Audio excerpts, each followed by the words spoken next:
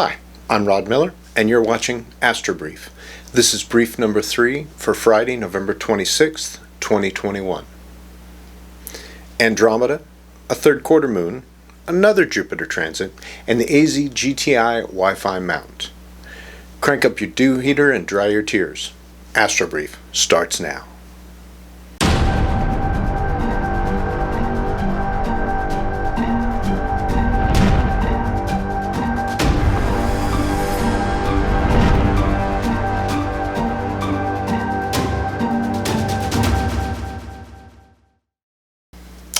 Okay, let's start with another quick night sky update for this week. Tonight is Friday, November 26th. We're going to be looking at the Andromeda Galaxy. The Andromeda Galaxy is positioned high in the southeastern sky during the evening. Under dark skies, M31 can be seen with unaided eyes as a faint smudge. And 3 of the westernmost stars of Cassiopeia form an arrow that points towards M31. It's a great binocular object, or use your lowest power eyepiece to get the best view on a small scope. Saturday the 27th is third quarter moon. The moon rises in the middle of the night now and remains visible in the southern sky pretty much all morning. The coming week of moonless evening skies is going to be great for deep sky observing. And on Sunday, November 28th, Io and the Great Red Spot cross Jupiter's face. This transit will last for about 2 hours. For observers in the U.S., in the western U.S. and Canada, only the tail end of this event will be under dark skies. Okay, another classic astronomy book review. Another classic astronomy book I love. 365 Starry Nights by Chet Ramo. So if you're just sitting around and you're bored, you don't know what to look at under the night sky, 365 Starry Nights is a great jump starter to get you moving and get you out there looking. It's got simple hand-drawn illustrations, but it's text heavy, and the author comes up with some great and sometimes obscure items for your observing pleasure. The descriptions are also peppered with interesting tidbits of information. All in all, just another cool book to have in your astronomy bookshelf. And as always, if you're just getting started in backyard astronomy, I have 2 backyard astronomy courses up on Udemy. Check the links in the show notes below. Okay, this week we continue our quest for a sub $1,000 smart scope. This week we're going to take a look at our mount of choice for this project, and you might see it here. The Skywatcher AZ-GTI, or AZ-GTI, depending on where you're from. There's a lot of info online about this mount, so I'm not going to go into a huge amount of detail, but the main reasons I picked this mount are portability, flexibility, and cost. It's a relatively cheap mount. Current pandemic and supply chain issues aside, this mount usually goes for around $400. I bought one recently on Amazon with a 102mm Mac telescope for less than that, but it was a customer return, so shop around and you should be able to find something. The AZ-GTI, as the name implies, is an alt-azimuth mount and not supported by Skywatcher, but it can be used in Equatorial Mode, and we'll talk a little bit more about that in a minute. The scope supports Wi-Fi, and it can be controlled by just about any smartphone or tablet, and it's directly supported by our Raspberry Pi with StellarMate. The default app for controlling the mount is called SynScan Pro. It's available free for iOS and Android. When it's powered up, the mount creates its own little Wi-Fi hotspot, and you simply connect your computer, phone, or tablet to that, and you have control of all the setup and features instantly. So let's take a look at this mount. Again, as I said, it is an alt-azimuth mount, but with a little bit of tinkering, we can turn this into a full-fledged equatorial mount. So let's see if we can pop this bottom off here. There we go. So this is the tripod and the pier that come with it.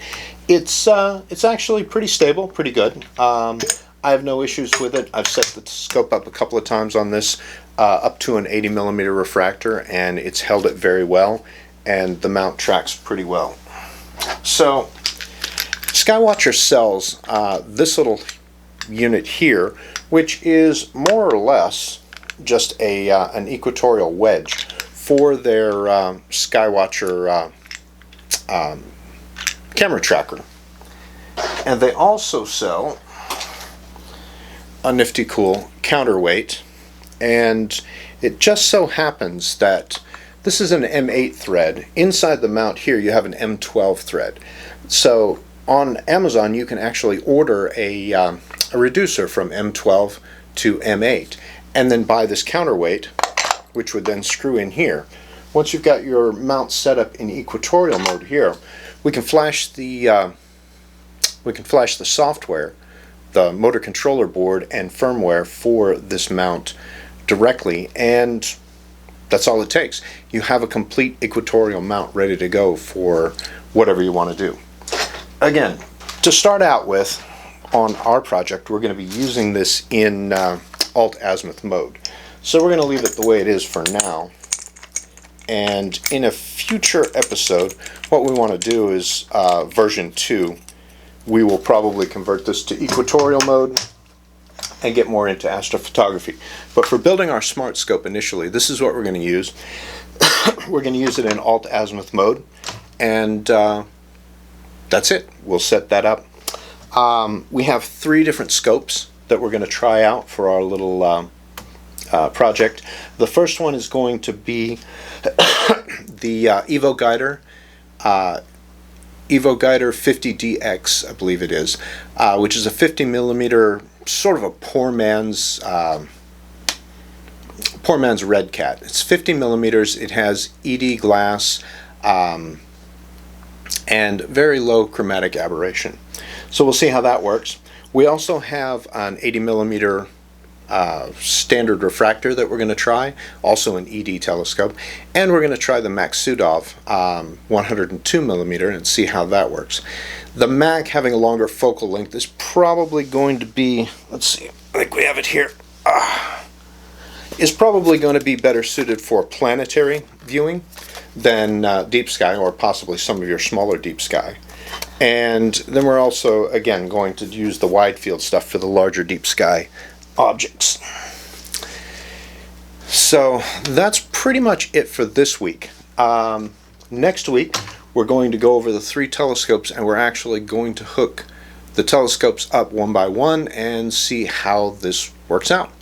We've got a few control issues to work out with the mount and the Raspberry Pi.